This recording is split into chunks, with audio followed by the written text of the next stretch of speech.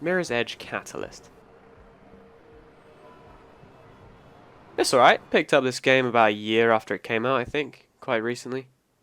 I really enjoyed the first one. It was short as heck though, which was a shame. And when I heard about this one being open world, I was like, wow, you know, this one's the first one, but forever, I guess. So I completed the story and did a little bit of the other stuff, I guess, but I'll get to that later. I've got 9 hours on it so far. So, straight away, you know, pretty short game. But I want to talk about the good stuff first. So, yeah, let's go, whatever. The game looks great. The first one looked great when it came out, and it still kind of looks great. And now this one looks even better. But the game itself is relatively simple.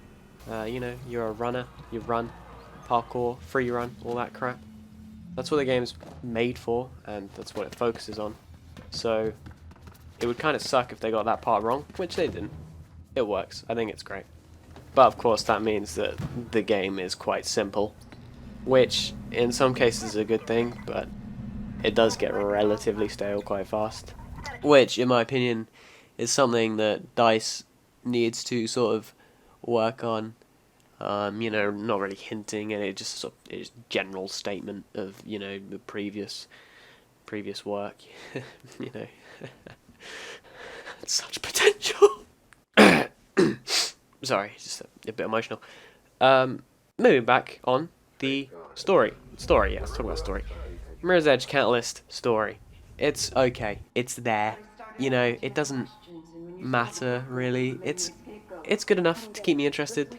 The game's not a sequel. It's in an alternate reality because obviously the writers were like, "What happened in our last game? I don't know. Let's just make another one." What do you mean make another one? I don't know, just the same character, so people, you know, iconic cover photo, and then we'll just put her in another timeline or something. And everyone was like, okay! So they did that. But it's okay, because I don't remember the first one either. Good news about this one, 3D cutscenes rather than 2D ones from the first one. The first one had 2D animated cutscenes. That was a little bit strange and confusing and cheap.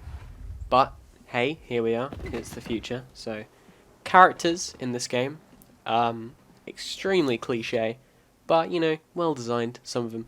Faith is still the main character, and, you know, it's different alternate reality Faith, so, you know, she's not much different. There's some kind of backstory, but I don't care. I just want to run and punch dudes in their penis, so.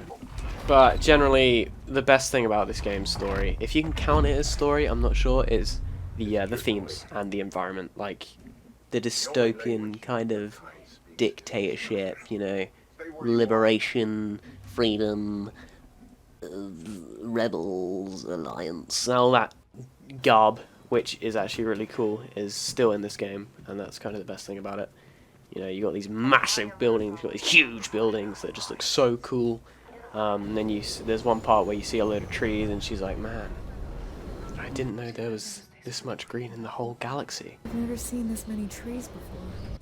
Gonna talk about the things they've added. First off, upgrade system. Every game's gotta have one, but it's okay. I don't hate it. It's not a flaw. It's just not needed. You know, the game isn't long enough, and there aren't enough upgrades. They tried. It's cute, I suppose. It works. You know, you level up, just like every other game, as I said. You got gadgets now. The grapple is cool, it looks cool, but, you know, a little bit forced, I guess, just because they want to mix it up. Disrupt you have, so that's helpful, you know, kind of in combat, and you can upgrade that.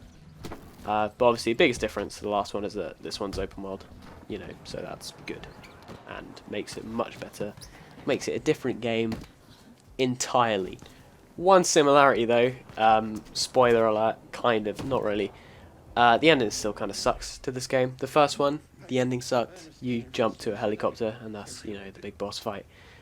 This one, yeah, it just is lame as well. So, but I mean, what else do you expect? It was kind of a cliffhanger. It was kind of like, this is the start of something new, but I don't think anyone bought this game, so it probably isn't.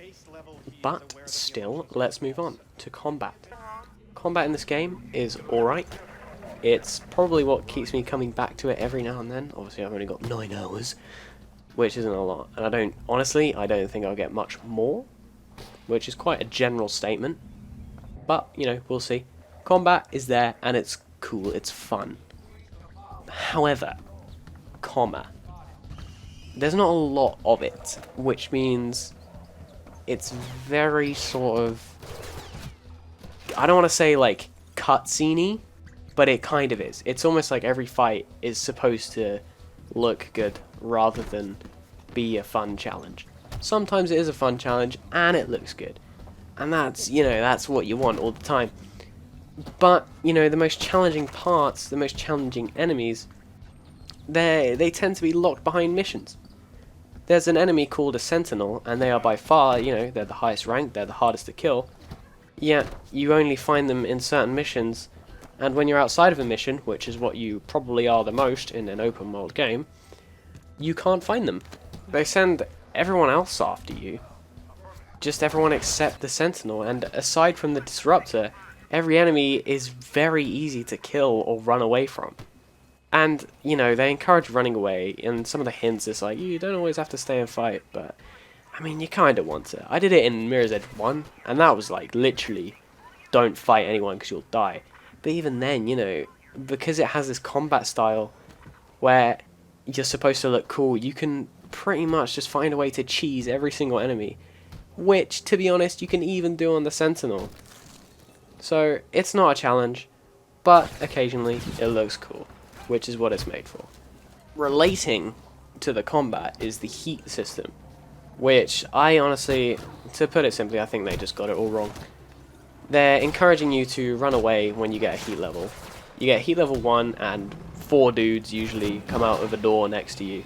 You know, no one chases you in this game. It's about running, but no one really chases you.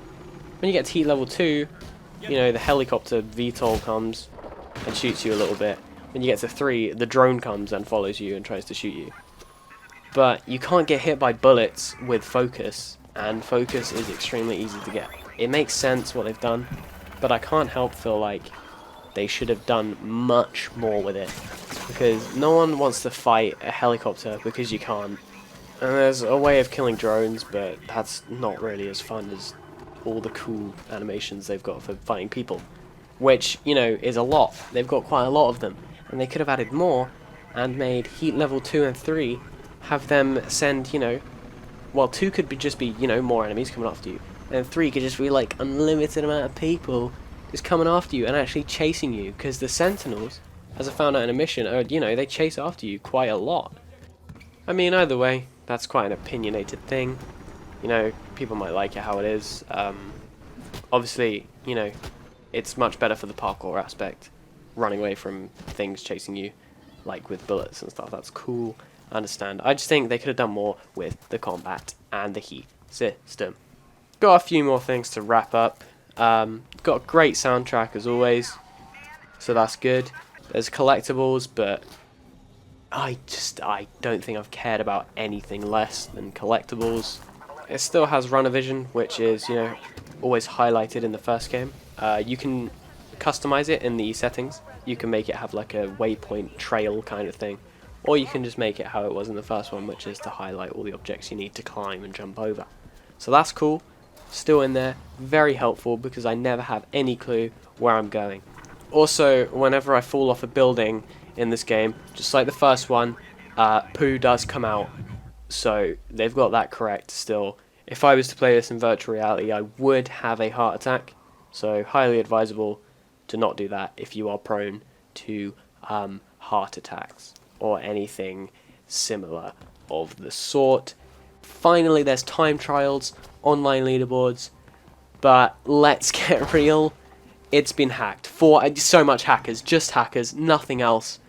Everyone has got 1 millisecond time on all the runs. Even if that wasn't the case, everyone would be better than me. I know that's the whole point, see how high up the leaderboard you can get, but, I mean, there's like too many people, so I don't care about leaderboards. No one really cares about leaderboards, I don't think. I think people think about leaderboards more than they do. What? Point is, they advertise it a lot in games, and no one cares or plays games for leaderboards and time trials.